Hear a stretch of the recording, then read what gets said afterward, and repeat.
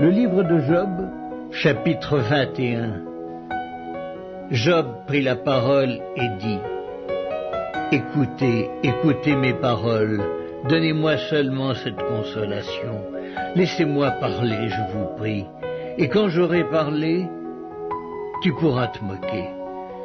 Est-ce contre un homme que se dirige ma plainte? Et pourquoi mon âme ne serait-elle pas impatiente? Regardez-moi, soyez étonnés et mettez la main sur la bouche. Quand j'y pense, cela m'épouvante et un tremblement saisit mon corps. Pourquoi les méchants vivent-ils? Pourquoi les voit-on vieillir et accroître leur force?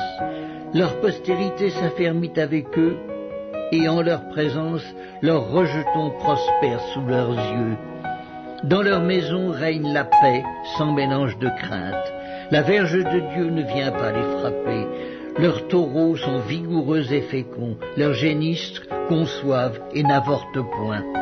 Ils laissent courir leurs enfants comme des brebis et les enfants prennent leurs ébats. Ils chantent au son du tambourin et de la harpe. Ils se réjouissent au son du chalumeau. Ils passent leurs jours dans le bonheur et ils descendent en un instant au séjour des morts. Et ils disaient pourtant à Dieu: Retire-toi de nous. Nous ne voulons pas connaître tes voies. Qu'est-ce que le Tout-Puissant pour que nous le servions? Que gagnerons-nous à lui adresser nos prières? Quoi donc, ne sont-ils pas en possession du bonheur?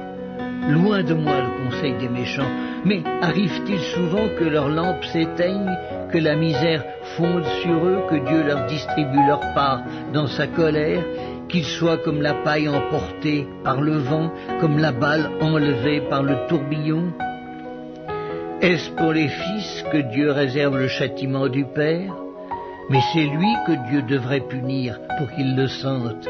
C'est lui qui devrait contempler sa propre ruine. C'est lui qui devrait boire la colère du Tout-Puissant, car que lui importe sa maison après lui, quand le nombre de ses mois est achevé? Est-ce à Dieu qu'on donnera de la science, à lui qui gouverne les esprits célestes?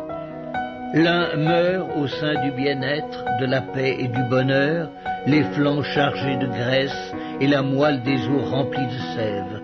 L'autre meurt, l'amertume dans l'âme, sans avoir joui d'aucun bien, et tous deux se couchent dans la poussière, tous deux deviennent la pâture des vers. Je sais bien quelles sont vos pensées, quels jugements iniques vous portez sur moi. Vous dites: Où est la maison de l'homme puissant? Où est la tente qu'habitaient les impies? Mais quoi, n'avez-vous point interrogé les voyageurs, et voulez-vous méconnaître ce qu'ils prouvent?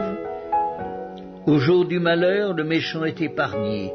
Au jour de la colère, il échappe. Qui lui reproche en face sa conduite?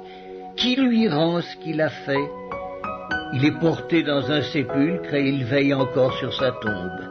Les mottes de la vallée lui sont légères, et tous après lui suivront la même voie, comme une multitude l'a déjà suivi. Pourquoi donc m'offrir de vaines consolations? Ce qui reste de vos réponses n'est que perfidie.